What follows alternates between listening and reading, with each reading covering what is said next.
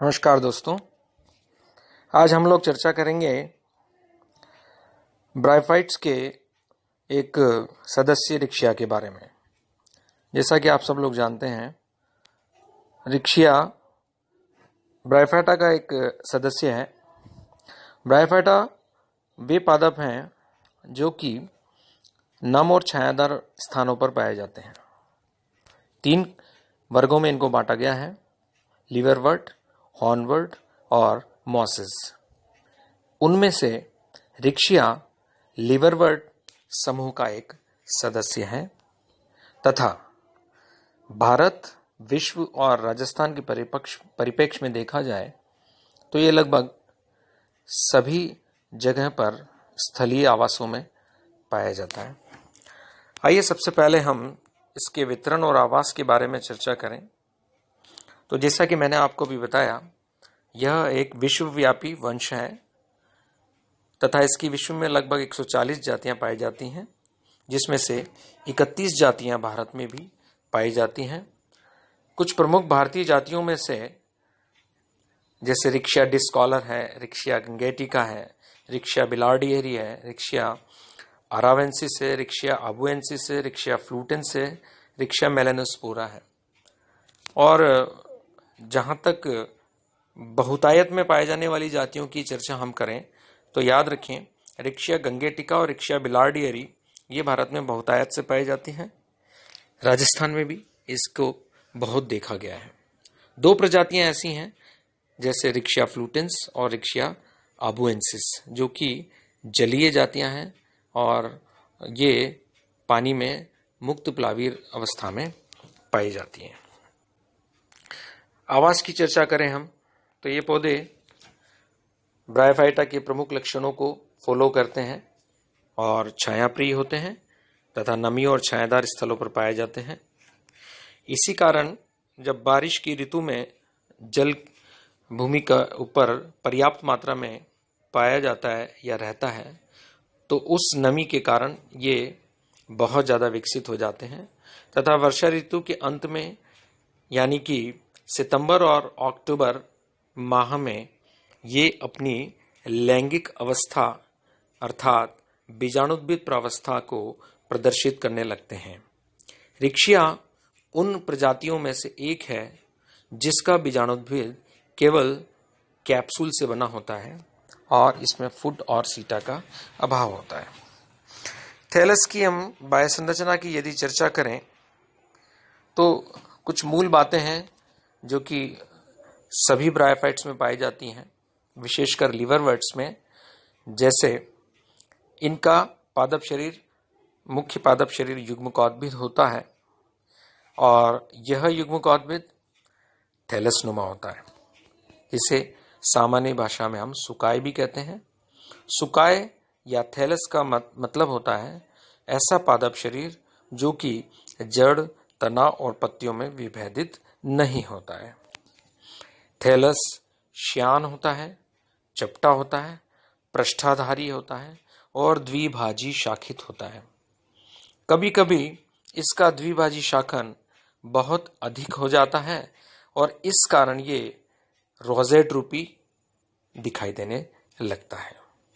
इसकी प्रत्येक शाखाएं भिन्न भिन्न आकृति प्रदर्शित करती हैं, जैसे वैजाकार है, हृदयाकार है या फीतेनुमा भी हो सकती हैं। थैलस की प्रत्येक शाखा के शीर्ष पर एक खांच होती है और उसी में एक वृद्धि बिंदु स्थित होता है। अध्ययन के अनुसार यह कहा गया है कि इन पादपों में वृद्धि केवल एकमात्र कोशिका से ही संपन्न होती है। आइए थैलस की दोनों सतहों की चर्चा करें हम तो थैलस की पृष्ठ सतह चिकनी होती है, अर्थात उसके ऊपर कोई उपांग या रचनाएं नहीं पाई जाती हैं तथा इसी पृष्ठ सतह के ऊपर एक मध्य पृष्ठीय खांच स्थित होती है। अधर सतह की हम चर्चा करें तो वो स्मूथ नहीं होती, अर्थात उसके ऊपर उपांग या रचनाएं पाई जाती हैं। ये रचनाएं 2 प्रकार की होती हैं। जिन्हें मूलाभास तथा शल्क कहते हैं।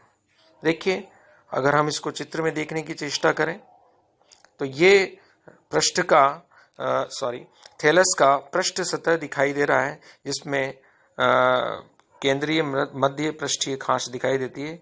इसी का एक और फोटोग्राफ है जिसके अंदर वही मध्य पृष्ठीय खांच हमारे को दिखाई देती है। मूलाभास के बारे में यदि हम चर्चा करें तो मूलाभास पतले धागे के समान संरचनाएं होती हैं और ये थैलस की जो निचली सतह है, अधर सतह है, उसके मध्य भाग में भी पाए जाते हैं। अर्थात ये किनारों की ओर नहीं पाए जाते हैं। मूलाभास एक कोशिकीय होते हैं, आवश्यक रूप से अशाखित होते हैं तथा कोमल होते हैं। ये इनकी बहुत बड़ी विशेषता है, क्योंकि यही मूलाभास बहु कोशिकीय और शाखित होते हैं मॉस ब्रायोफाइट्स के अंदर। जहां तक इनके प्रकारों की बात है, मूलाभास दो प्रकार के होते हैं, चिकनी भित्ति युक्त यानी स्मूथ वॉल्ड और ट्यूबरकुलेटेड यानी गुलकीय। मूलाभास थैलस को अधः स्तर पर यानी सबस्ट्रेटम पर जमाए रखने का काम करते हैं तथा भूमि से जल एवं लवण का अवशोषण करने में सहायक होते हैं। जबकि शल्क बहुकोशिकीय रचना है, बैंगनी रंग के होते हैं, किंतु होते ये भी एक कोशिकीय मोटाई वाले होते हैं तथा ये थैलस के किनारों पर पाए जाते हैं एवं थैलस को सुरक्षा प्रदान करने का कार्य करते हैं। कई जलीय जातियों में थैलस बहुत अधिक लंबा हो जाता है, अपेक्षाकृत संकरा हो जाता है, कोमल रहता है, चपटा रहता है तथा विशेष रूप से रिबन समान हो जाता है। इन प्रजातियों में मूलाभास एवं शल्क का अभाव होता है। चित्र के माध्यम से ये पृष्ठ सतह है जिसे हम अच्छे से देख सकते हैं, जबकि ये अधर सतह है जिसके ऊपर से किनारों से शल्क एवं मध्य भाग से मूलाभास निकलते हुए दिखाई देते हैं। इस चित्र के माध्यम से हम यह भी देख सकते हैं कि जो शल्क है वो बहुकोशिकीय रचना है, जबकि मूलाभास जो कि एक कोशिकीय रचना वाले होते हैं, उनमें से एक वही चिकनी भित्ति युक्त तथा एक में पैग्स निकले रहते हैं जिनको गुलिकीय मूलाभास कहते हैं। आइए आंतरिक संरचना के बारे में चर्चा करें। यदि हम थैलस की अनुप्रस्थ काट लें तो हमें रिक्शा के थैलस की आंतरिक संरचना का अध्ययन सरलता से प्राप्त हो जाता है। और जब हम इसकी आंतरिक संरचना का अध्ययन करते हैं तो इसका थैलस दो प्रमुख क्षेत्रों में बटा दिखाई देता है। एक क्षेत्र प्रकाश संश्लेषी क्षेत्र होता है, जबकि दूसरा संचयी क्षेत्र होता है। प्रकाश संश्लेषी फोटोसिंथेटिक रीजन जो है वह थैलस की पृष्ठ की ओर स्थित होता है तथा इसकी कोशिकाएं हरित लवक युक्त होने के कारण यह पृष्ठ के थैलस की पृष्ठ सतह को गहरे हरे रंग प्रदान करती हैं।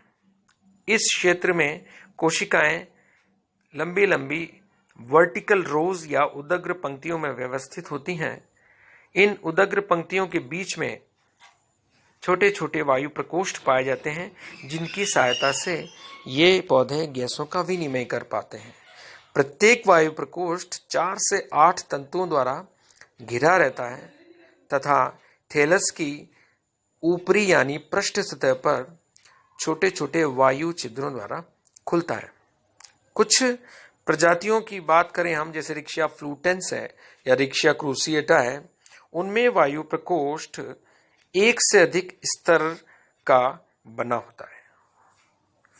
इनकी जो प्रकाश संश्लेषी तंतु हैं या पंक्तियां हैं, उनकी एक और विशेषता है कि शीर्ष की कोशिकाओं को छोड़कर शेष सभी कोशिकाएं हरित लवक युक्त हरी होती हैं, जबकि शीर्ष की कोशिका हरित लवक विहीन होती हैं तथा यही हरित लवक विहीन कोशिकाएं ही ऊपरी अधिचर्म अर्थात पृष्ठीय अधिचर्म का निर्माण करती हैं। दूसरा क्षेत्र संचयी क्षेत्र होता है। यह नीचे की ओर स्थित होता है। हम कह सकते हैं कि अधर सतह की ओर स्थित होता है।